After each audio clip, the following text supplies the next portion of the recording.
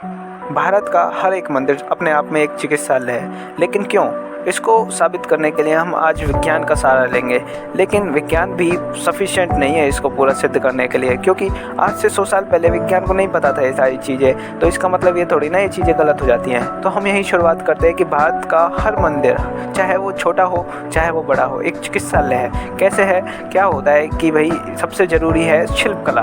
क्या होता है, हम नई जगह पे जाते हैं तो हम अपनी आधी सी टेंशन तो वैसे ही भूल जाते हैं, और उनका सुंदर जो शिल्पकला है, वास्तुकला है, वो इतनी अद्भुत होती है। वास्तुकला भी अपने आप में बहुत इंपॉर्टेंस रोल प्ले करती है, क्योंकि आप जिस जगह बैठते हो, सोते हो, लेटते हो, सबका अपना अपना एक इम्पोर्टेंस होता है, वैज्ञानिक रूप से भी और अपनी भक्ति के अनुरूप भी।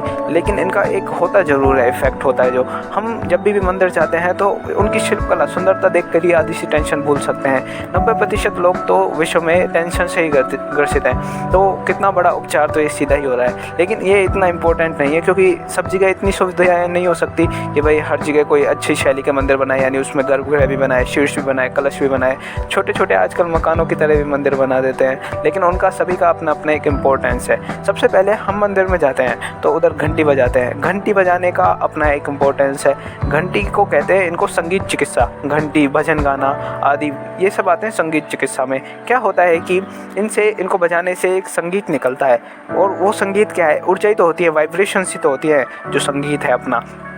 तो वो ऊर्जा हमें एक नया अनुभव प्रदान करती है, ऊर्जा प्रदान करती है। क्या होता है, आजकल लोग माइक वगैरह का उपयोग ज़्यादा करने लग गए हैं, स्पीकर्स का, लेकिन वो हानिकारक है, क्योंकि उनसे जो वाइब्रेशन निकलती हैं वो नॉर्मल वाइब्रेशन नहीं निकलती जो अपने मुंह से निकलती है। वो रेडियो तरंगें होती हैं, वो काफ़ी नुकसानदायक होती है पर्यावरण के लिए। तो हमें लाउड स्पीकर वगैरह को इस्तेमाल कभी नहीं करना चाहिए, सिर्फ मुख से ही इनका ध्यान करना चाहिए, बोलना चाहिए, तभी हमें इस संगीत चिकित्सा का लाभ मिलेगा। और अपन बहुत सारी बातें होती है, जैसे आप लोग व्रत रखते हैं, अपन मंदिरों की वजह से ही तो रख पाते हैं व्रत। अपन इसको कहते हैं फास्टिंग थेरेपी। वहीं कथा सुनते हैं, जो इससे अच्छी कथाएं होती है, नई नई शिक्षा भी मिलती है। फास्टिंग थेरेपी में क्या होता है कि भाई हफ्ते में आप एक बार व्रत रखना ही चाहिए। उससे क्या है, अंदर की शुद्धि हो जाती है, जो अमाशय में फैट वगैरह जमा पड़ा है वो भी पिघल जाता है, बहुत पवित्र हो जाता है, शरीर एकदम शुद्ध हो जाता है, पॉइजन निकल जाता है बॉडी का। इसे फास्टिंग थेरेपी कहते हैं। लेकिन एक बात बताइए, आज से 50-100 साल पहले अंग्रेज इसे नहीं जानते थे, फास्टिंग थेरेपी भी कोई चीज़ है। तो इसका मतलब ये है ही नहीं।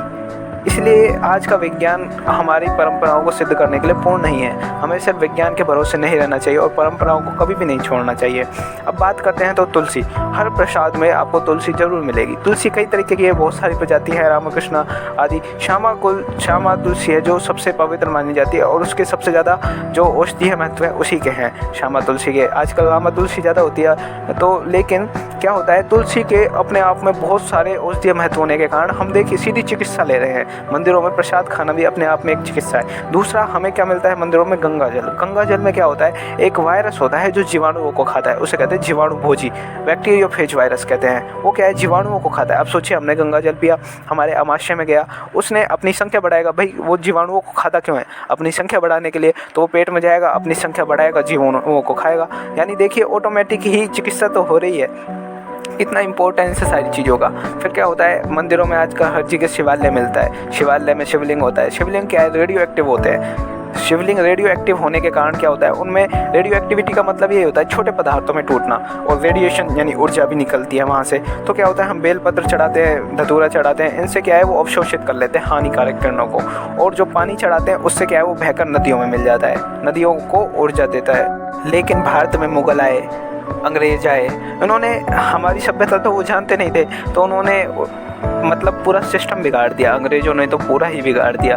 आजकल नदियां हैं जो नालों में परिवर्तित हो चुकी हैं, और वो पानी है, आजकल सारी चीज़ें वेस्ट हो रही हैं। पहले हम पानी चढ़ाते थे, अब वो नालों में जाके मिल रहा है, तो उसका कोई इम्पोर्टेंस ही नहीं है, बिल्कुल बेकार जा रहा है वो। ऐसा बुरा सिस्टम बना दिया है। बस आप देखिए, इनका महत्व समझना हमें ज़रूरी है कि भाई क्यों हमारी ये परंपराएं चली आ रही हैं, क्या महत्व है, और हमें जो ये आज गलत डायरेक्शन में जा रहा है, इस डायरेक्शन को सुधारना होगा।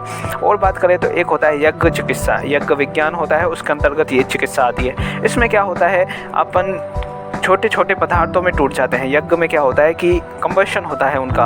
हम घी खाते हैं तो घी क्या है, पेट में टूटेगा छोटे छोटे अणुओं में, फिर वो खून में जाके मिल जाएगा, इस तरह वो ऊर्जा देगा। लेकिन जो पचा नहीं है वो फैट के रूप में जम जाएगा। इसमें क्या होता है, यज्ञ विज्ञान में हम घी डालते हैं, गोबर डालते हैं, तो क्या होता है ये छोटे छोटे पदार्थों में टूट जाते हैं और सीधा हमारे पास वायु से होते हुए हमारे अंदर जाते हैं और खून में मिल जाते हैं, यानी टोटल यूज होता है। और बाकी पर्यावरण में मिल जाता है तो पर्यावरण में ऊर्जादायी हो जाता है। तो इस तरह इनका इंपॉर्टेंस है। ऐसे यज्ञ विज्ञान में दवाइयाँ मिलाकर भी दी जाती हैं, आयुर्वेदिक दवाइयों को उसमें मिला देते हैं, उसके श्वास के द्वारा जाती हैं, जिससे उनका पूर्ण लाभ मिलता है। इसे यज्ञ चिकित्सा कहते हैं। ऐसे ही मंदिरों में बहुत सारी चीज़ें होती है, जैसे आप उसको देख लो, जो सुगंध विज्ञान होता है अपना, जो खुशबुओं के द्वारा मतलब एक अच्छी वायु मतलब एक सुगंध के द्वारा चिकित्सा की जाती है, एरोमा थेरेपी बोलते हैं इसको। क्या होता है इसमें, हम धूप बत्तियाँ चलाते हैं मंदिरों में, तो क्या है अच्छी अच्छी खुशबू होती है। उनमें क्या है कुछ पदार्थ होते हैं जिनके कारण वो खुशबू होती है। वो क्या है वायु के द्वारा हमारे दिमाग में उपस्थित ग्रहण केंद्र होते हैं, जो एक्सेप्टर्स होते हैं, उनको शांत कर देती है। इससे दिमाग भी शांत होता है, वह स्फूर्ति बढ़ती है शरीर में। ऐसे ही मंदिर के हजारों उपयोग है, पीस देता है हमें।